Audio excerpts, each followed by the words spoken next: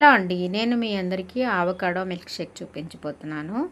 దీనికోసం మనం ఆవకాడోని ఇలాగా రౌండ్‌గా కట్ చేసుకుంటే మధ్యలో గింజను వదిలేసి ఇలా 2 భాగాలుగా చేసుకోవాలి. ఈ గింజనైతే తీసి పడేసేయాలండి. దానివల్ల మనకి ఏ ఉపయోగం ఉండదు. ఈ గుజ్జంతా ఓ మిక్సీలో వేసేసుకొని మనం కాచి చల్లార్చిన పాలను వేసుకోవాలి. ఈ ఆవకాడోలో చాలా రిచ్డ్ ప్రోటీన్ ఉంటుందండి. High protein. చాలా మనకి దీనివల్ల బోలెడన్ని హెల్త్ బెనిఫిట్స్ ఉంటాయి. దీనివల్ల వెయిట్ లాస్ అవుతారు. స్కిన్‌కి మంచిది. చాలా బెనిఫిట్స్ ఉన్నాయన్నమాట. అందుకే దీనిలో మనం పంచదార వేయకుండా తేనె వేసుకుందాము.